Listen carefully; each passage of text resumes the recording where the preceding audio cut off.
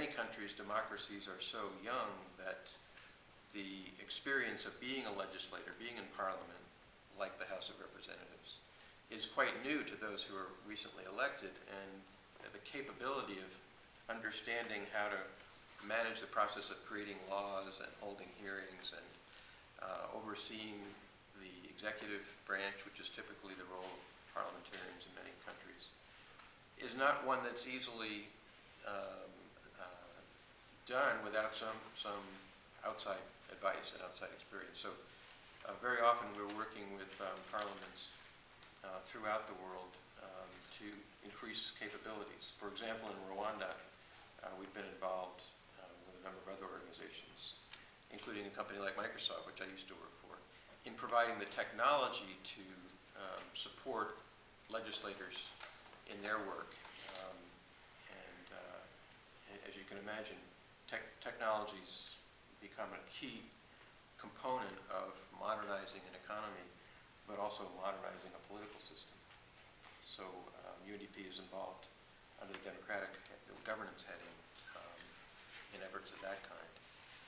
We also work very closely with many ministries in developing countries to increase the capacity, the efficiency, the effectiveness, the administrative performance of agencies. As you all know, part of the challenge in doing development of any kind is to create governmental institutions that are capable of executing the programs that are involved in economic development, all the way from health ministries to justice ministries to finance ministries, and again, the capabilities, both the technologies and the human capabilities to operate those agencies is one of the key challenges of any developing government, and UNDP seeks to partner in that effort with many of these governments. So all of that under the heading of sort of political development, democratic governance. The principal focus of UNDP over the years has been on poverty reduction, on economic development, on programs to stimulate agricultural production, small business, entrepreneurship, microfinance, which has become an increasingly critical component of any development strategy in most developing countries. We have also been, under the United Nations system, responsible for monitoring the Millennium Development Goals and for helping countries understand what those goals prescribe and how they can develop programs to achieve them. For those of you who aren't aware of the Millennium Development Goals, they grew out of the 2000 Summit of World Leaders in the year 2000 at the United Nations, and focused on the key concrete accomplishments that comprise development in health, in education, in poverty. We, as I said, in terms of U.S. priorities, we have a very large program in Afghanistan, a significant program in Iraq. We operate in Somalia, basically from outside the country because it's such a difficult country to operate in from a security point of view. Liberia, Sierra Leone. We're now much more involved in Pakistan as a result of the huge influx of refugees, internally displaced people in Pakistan as a result of what's going on in the western part of the country. So you name it, and UNDP is probably there working on the latest crisis under the Bureau of Crisis Prevention and Recovery. I think I'll stop there, hoping that stimulates enough questions, and we can come back to some of these other areas. Mr. Tipson, thank you.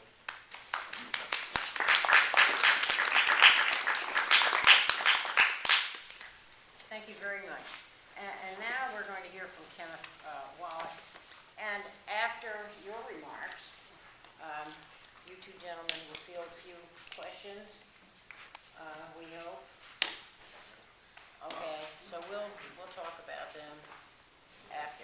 At any rate, now Mr. Wollack. Thank you very much for hosting this and sponsoring this meeting, and thank you all for joining us.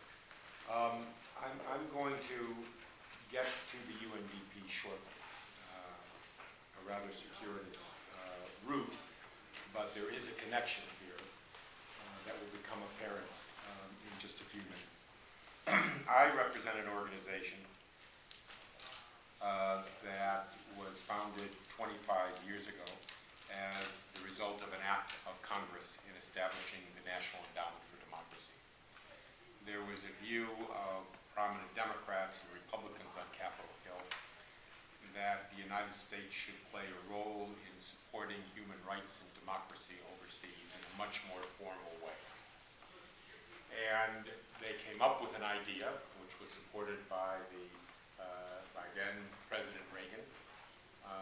It was sort of the godfather of this was the then chairman of the House Foreign Affairs Committee, Dante Fascell, and a bipartisan group, that they would look to major American institutions that have contributed to our democracy, and that these organizations would set up independent, nonprofit organizations to work with their counterparts overseas. So the result is the National Endowment for Democracy was established, and organizations or institutes affiliated with Democrats, Republicans, business, and labor were established. And NDI was one of those organizations. The founding vice chair of the organization is now our chairman, Madeleine Albright, and Walter Mondale was our chairman for many, many years before he went to Japan as the U.S. ambassador. Everyone thought that this was something everybody could support because behind it were Democrats, Republicans, business, and labor. And if there was an initiative that all four sectors could support, this would be something that would enjoy broad bipartisan support on Capitol Hill. Little did they know, however, that it was also something for everyone to dislike. And there were those on the conservative side of the aisle, a minority, and a minority on the more progressive side of the aisle, who saw this initiative as being rather controversial.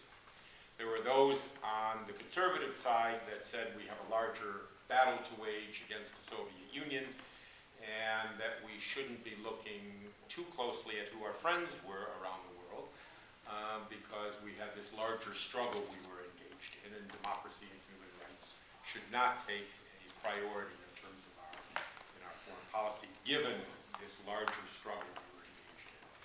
And there were those on the progressive side who said, well, are we going to be engaged in sort of cultural imperialism, interventionism around the world?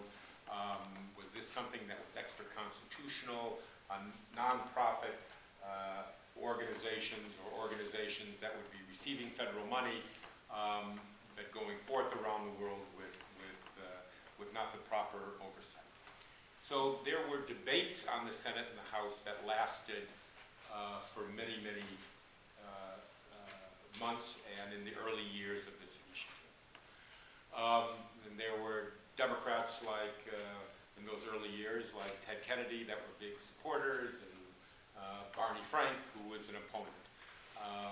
That Orrin Hatch was a big supporter, and Jesse Helms on the Senate was a big opponent. There were two significant events that changed the whole nature of the debate. And that was the snap elections in the Philippines in 1986 that pitted Corazon Aquino against Ferdinand Marcos, a friend of the United States, but an autocrat. And then, 2 years later, the plebiscite in Chile that defeated General Augusto Pinochet and brought the democratic forces to power. And those two events brought Republicans and Democrats, progressives and conservatives together on this issue.